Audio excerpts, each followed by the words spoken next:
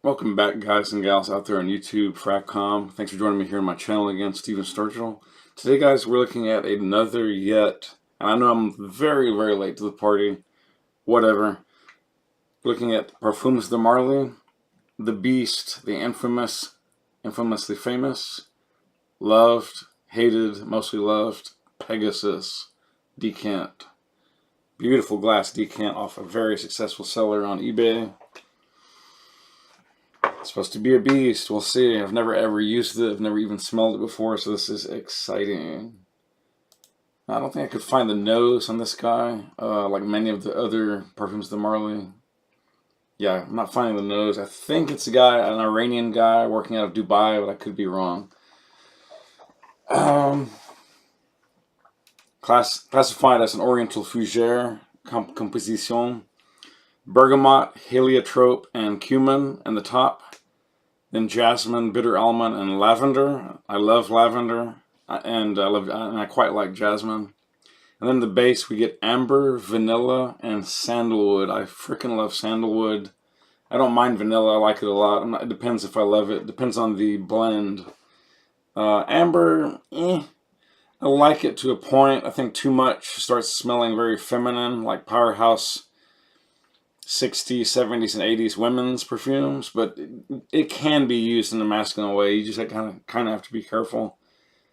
I just overly associate very strong ambery scents often with female perfumes. Don't get me started on that. There's no such thing, Steve. I get that you can have that philosophy, in the school of French perfumery. There's no such thing as a Come on, guys. You know that if you just sprayed a super concentrated, ambery, floral over the top with no grounding notes, come on. You'd be smelling like a rich old lady. Stop it. Just stop it already. But whatever. That's a topic for another time and another debate. That's just my 2 cents. But okay, so let's look at some comments first on Fragrantica. So one guy says that this blows Tom Ford's private blends away in terms of performance. That this thing is absolutely beast mode. This girl says that, some lady or girl, how you want to say it, says this scent gets me so dreamy. She imagines a gentleman from space smelling like this. Cold intelligence and magnetism.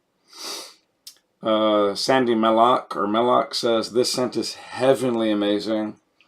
She used to give 10 of 10 to Creed of Venice as the sexiest masculine scent. But after this, bam, it beat the monster. She says, so damn sexy as hell. She gives it literally 10,000 out of 10. Sandy, you must really, really love this scent.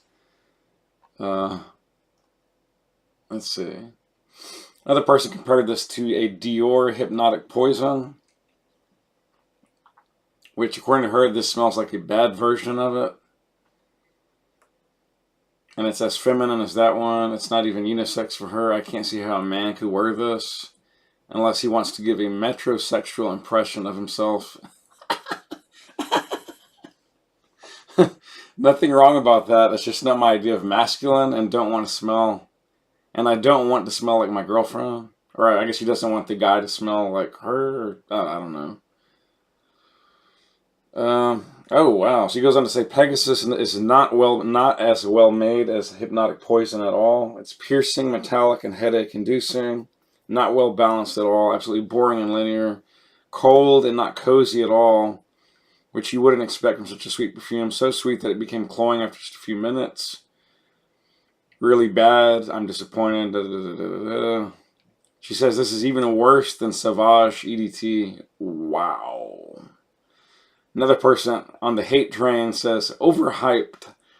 Bought a decant and could not wait to scrub it off after spraying. Returned it. The amber is way too strong. The person says, reformulated, question mark, very weak in my skin. Had to spray 10 plus times before I even started getting whiffs. The scent itself is not great either, but also not really bad. Every PDM I sampled was average quality at best and very forgettable. Wow, man, they are a hater of Parfums Marly. Wow. Another person says it's pretty good, but it's definitely unisex. What the heck was that? I do not know what that was. What that was. Some kind of alert bell. I do not know what that was. Anyways,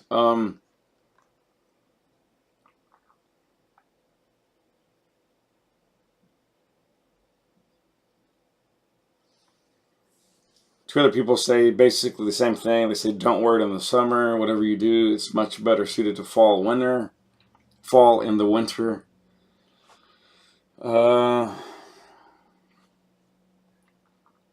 Thing lasts 10 to 12 hours. Strong sillage for the first 4 to 6. It's a gourmand masterpiece with a luxuriously creamy vibe. If you're looking for a cold weather beast that is strong but not offensive, this is what you want.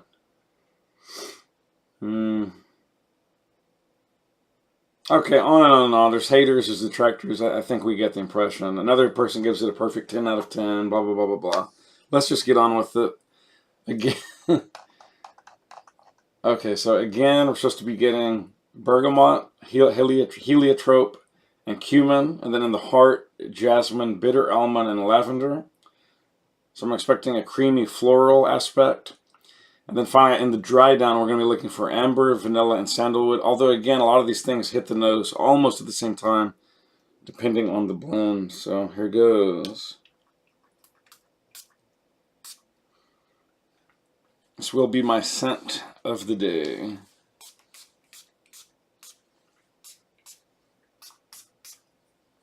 I don't mind overspraying because I've got a long work day ahead of me.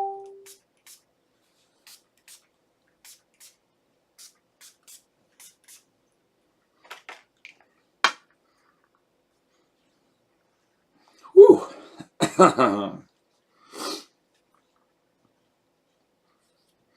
And don't worry, guys, my work shift won't start for about close to an hour. And then it's going to last for quite a while. So I need this to really, really air out and begin to morph and do its thing. So don't worry about me gassing people out. That's not going to happen. Okay, I'm definitely getting the bergamot and the bitter almond, along with the floral components and the heliotrope. I think I just got a tiny, tiny bit of cumin.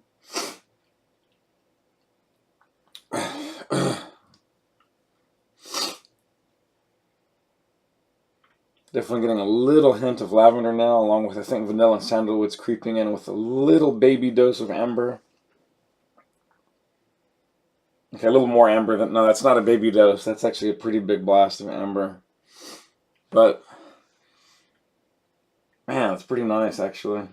I'm getting more lavender now, which I really, really adore. I love lavender.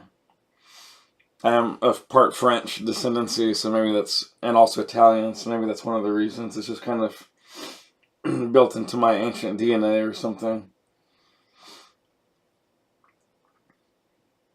The vanilla's there, but I was expecting a more pungent, syrupy vanilla. It's much softer than what I was expecting. Just got the almond now, finally, for the first time. I mean, I clearly got the almond.